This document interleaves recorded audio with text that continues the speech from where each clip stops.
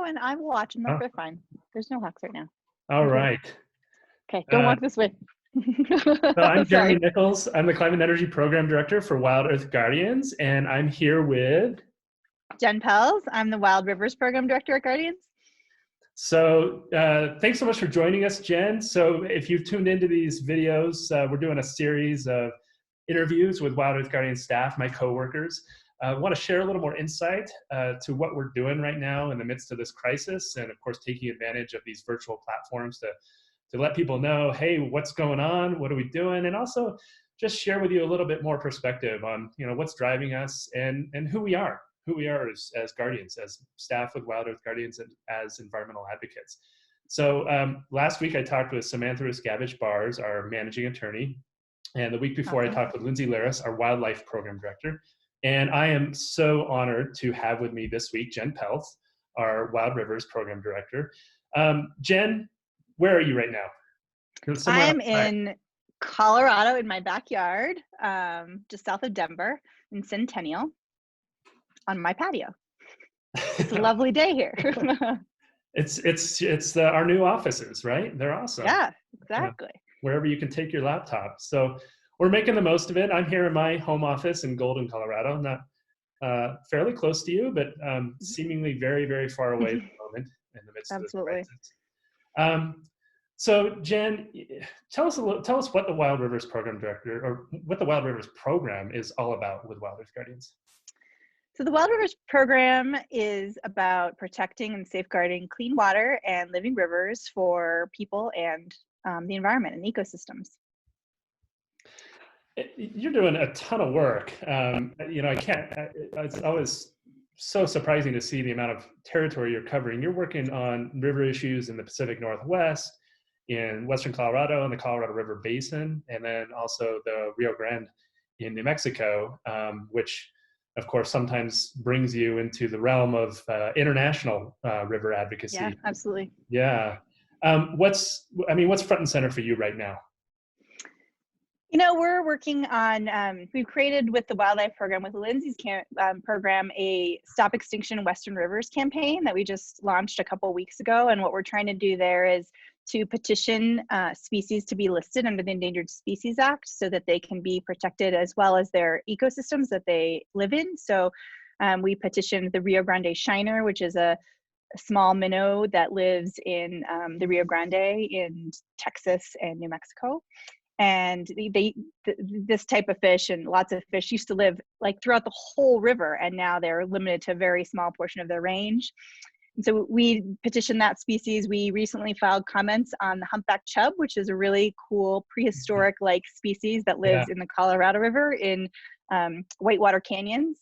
And it was petitioned to be downlisted to a threatened species rather than endangered. And so we are fighting to protect its full protections under the Endangered Species Act. And we use these species as a way to protect the habitats that are so important to these iconic rivers, the Colorado River, the Rio Grande. Yeah, because these fish, even though like a minnow, right, seemingly insignificant, but they're just such important indicators of how healthy the river system is. And of course, the healthier the river system is, the more of value it is for all of us, for either outdoor recreation, for using water for our homes.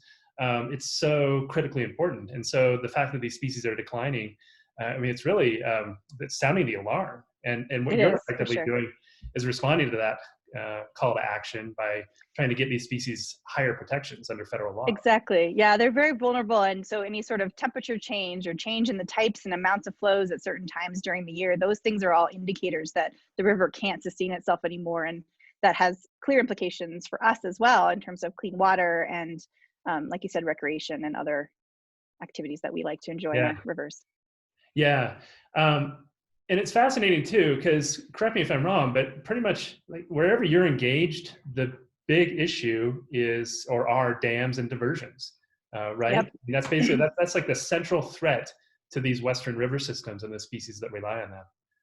Exactly. Yeah. So when rivers were tapped into back a century ago, there wasn't much thought that there wouldn't be enough water, or that putting a big dam across the river would cause much of a problem. It was just a way to, let's harness the river to so it's the water's there when we need it. Let's put these reservoirs in. And I think as time passed, people started to realize, wow, they're causing, all of these ecosystems are starting to collapse all over the West because these huge dams and huge diversions are taking water out and changing the natural hydrograph, the way that which water comes out of the mountains in the springtime and creates a big, huge flood of water. And then that water trickles down. And when that pattern stopped, then species that evolved with that pattern can't survive. And so fish and birds and other species just have no ability to survive if they don't have the same conditions that they had when they evolved. Yeah, and I know a lot of people say, well, these dams are built for flood control or water storage purposes, but what we're finding is that their value to those ends is increasingly diminishing, especially in the face of the climate crisis. That actually flood control, these dams aren't serving flood control purposes anymore. In fact, they're making things worse in some situations. And then, when it comes to water storage, like we're seeing in some places, and you're dealing with this, where the evaporation rates are so high at reservoirs that we're actually, it's a net loss ultimately. Yeah. Yeah. I mean, the evaporation rates, I mean, for example, a perfect example of this is, the Elephant Butte Reservoir in southern New Mexico, as well as Glen Canyon Dam and Lake Powell Reservoir. I mean, those are two reservoirs in deserts where the evaporation rates are just phenomenal because there's so much surface area. And so when you're evaporating as much water as, the whole basin gets in a year, then you have to think about, wow, maybe we shouldn't have this reservoir here. Maybe we should just let this river be free flowing and find other ways to store and use water, that like underground and other ways in which the evaporation is a lot less. So yeah, it's a huge concern. Yeah, it's a paradigm shift in terms of how we view these water systems.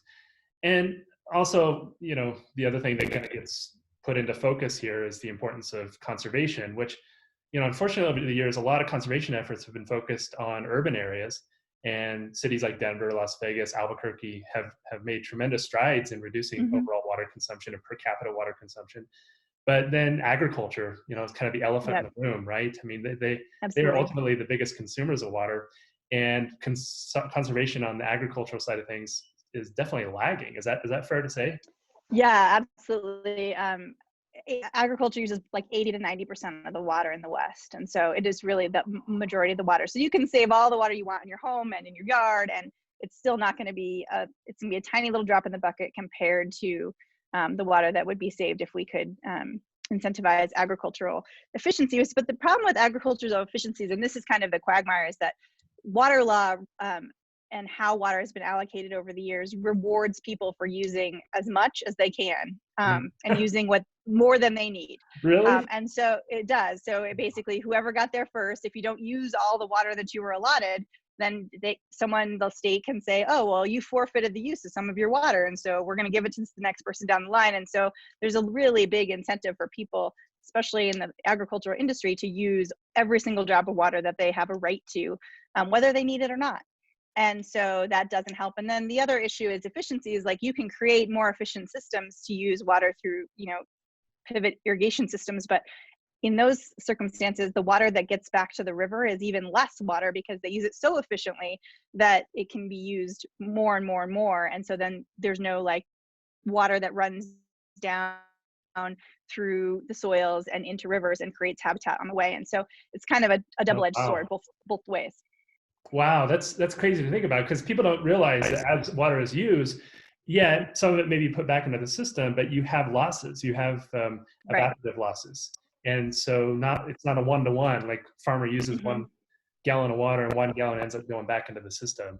It's not how it works. So yeah, I mean, in a flood irrigation system, everyone says, oh, flood irrigation is the enemy. And there are some really bad things about flood irrigation in terms of evaporation. But the one good thing about flood irrigation is if you don't have other infrastructure and you're just taking water out, putting it on a farm and running back, a lot of that water isn't consumed and would run back to the river and recharge the river. But because of the infrastructure that we've put in place over the last several decades, that doesn't happen anymore. The systems are so engineered that none of that natural flow would happen.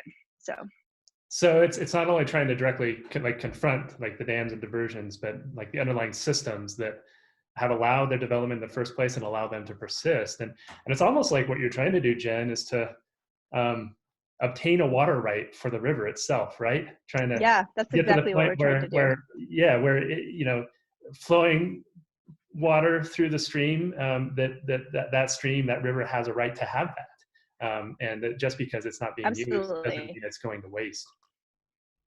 Yeah, exactly. I mean, I think that even under the existing first come, first serve, I mean, the river was here before anybody was using it. And so I always say that, the senior water right should really be the river, and we should figure out what the river needs, and then we can only allocate until that point is met. So if you have 100% of the water and you know that the river is going to need 30% or 40% of the river, then you should only allocate up to that point. You should only allocate 60% rather than 150. Or, I mean, I think California is supposed to be allocated like 500 times the amount of water that actually exists in California, which is crazy.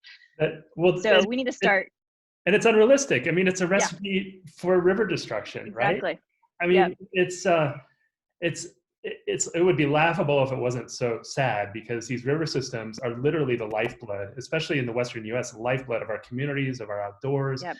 The Absolutely. American West would not be what it is without the rivers, the scarce rivers that we have. And so it's shocking to see that we have ended up in this situation.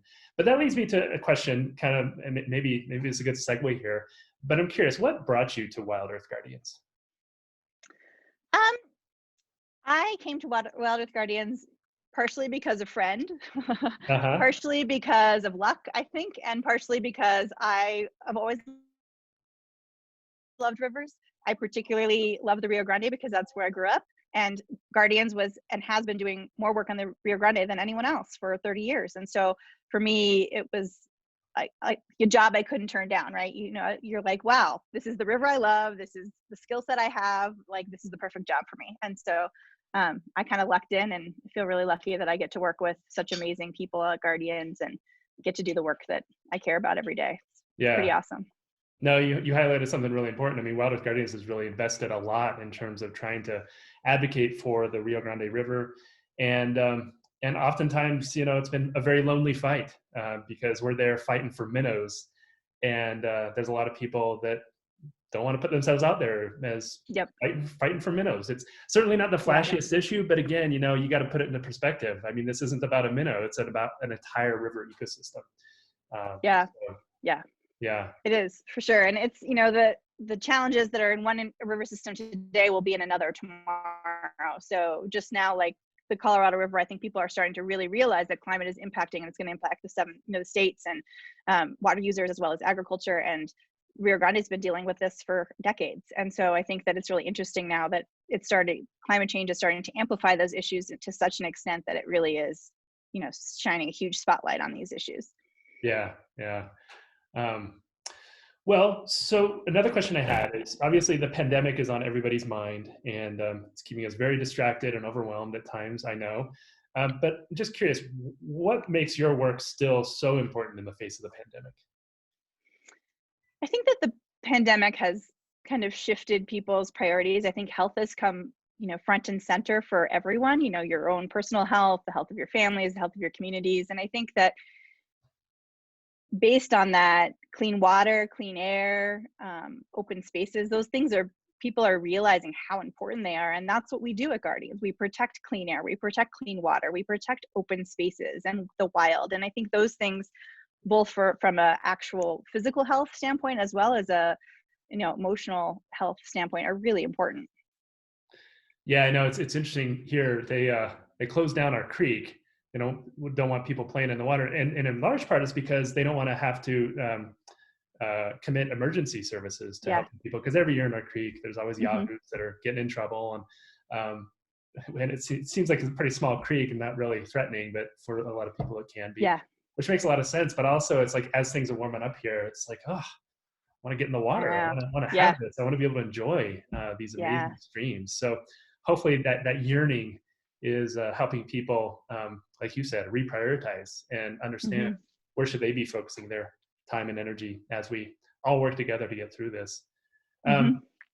Well, the new normal here. We got a lot of kiddos. Oh, and people running in the back. And you got a chicken back there too. Chicken back there. Yeah, I got all nice. Just another day of WildEarth Guardians. Prairie right here. Well, I guess to that end, another question I had. Oh, can you hear me? Yep. Okay. I'm curious, Jen, what's keeping you inspired and optimistic in this time of crisis? Yeah, I think that I've always, and this is kind of what Guardians does, is that we try to shake things up to create something new. I often call it like, making, you have this beautiful mess and you have to try to create something even more beautiful from it. And I think that this is a big mess, right? You have a pandemic, you have people at home, you have this big mess that's been created. And I think that from that, I think people start to reimagine what could be and what should be, like how people should be treated and how this pandemic falls on certain people more than other people, and how there's a lot of inequity in our society. There's a lot of inequity for the environment. And I think that it's a great like eye opener. It's kind of, everybody needs to wake back up. I think people get lulled by their busyness and lulled by our society and our cultural norms to say, oh gosh, wow, like everything has changed. And now maybe we should be thinking about what we want for our future and for our kids. And so I think I'm inspired that people are starting to wake up. I feel like it's just a wake up call that everyone can start to think about, what place do we want our kids to grow up in, Yeah. and make a change. Because honestly, we need a large change in order to sustain our water systems and our climate going forward. Yeah. Yeah. No, that's awesome. And that's exactly right. I mean, just reimagining what can be and what has to be, really, because we're Hmm. seeing the suffering that's going on right now. And it's not because of the crisis, it's because our structures and systems that we had in Yep. place weren't built to be able to weather a crisis like Hmm. this effectively, where everybody can get through it safely and healthily. And we're Hmm. seeing these inequities that have existed, always existed, now Yeah. rising to the surface and Hmm. playing out in really tragic ways. And we're pretty fortunate to be able to work from our homes and to have Yeah. technology. And it's almost like it's like more important than ever for us to do this work by virtue of the fact that we have the privilege to be able to do this, Yeah, absolutely. and advocate for the environment. And this week, Jen, is a big week, right? I mean, this is Earth Week, and it's It the is Earth 50th Week. anniversary of Earth Day coming up on Wednesday, Yeah. which is pretty cool. And I mean, it's sad to be going through this crisis in the midst of the 50th anniversary of Earth Day, but we're making the best of it, and just realizing that now more than ever, like, yeah, the planet needs us. The planet Yeah, needs us. absolutely. Yeah, and there's going to be lots of events going on. Lots of organizations doing various virtual events. Stay tuned or tune in to WildEarth Guardians social media channels in particular to see what's going on, what Guardians is doing, and what some of our partners are doing. If you haven't tuned in already, our social media handles are at WildEarth Guardians on Facebook and Instagram, and at WildEarth Guard on Twitter. And so you can check us all out there. And then our website too, always being updated with new content about the work we're doing, all the great work that Jen's doing. It's wildearthguardians.org. And definitely stay plugged in, because there's so many ways that people can make a difference for Absolutely. the planet, for their communities, for the future. And it does seem like as we're hunkered down, it can be overwhelming, but there's a whole world out here that you can plug into. And staying tuned into WildEarth Guardians is a really good way to make a difference. So if you haven't yet, sign up for our email list too, in addition to just regularly checking in. It's right on our website, easy to do. All the stuff we email you is valuable stuff. We don't send fluff. We send only stuff that's important and that can help drive action. Now, that's not to say we won't send you a request for donations every so often, because we are a nonprofit and we depend entirely upon our members to be able to do this work. And we know that everybody's stretching and everybody's under a lot of pressure right now, and there's a lot of economic uncertainty. And we're feeling it too as a nonprofit. So to the extent that you have the capacity to give, please do give, and consider giving not just the WildEarth Guardians, but other nonprofits who are doing great work to help our society, help our planet, and to hold our governments accountable and hold our systems accountable to the brighter future that we all want and that we know we need. So that's my shameless plug there. But we got to do it. We got to keep this work up. It's so important. And Jen, your work is absolutely invaluable, and it's so great to be able to work alongside you at WildEarth Guardians and to together help advance Yeah. these big, bold changes that we know are needed. Yeah, it's great. It's been a pleasure to work with you over the years, and I can't wait to see what we can do in the future. So thanks so Yeah. much for talking with me today. Yeah. Thanks for joining, Jen. And I'm going to stop the recording here.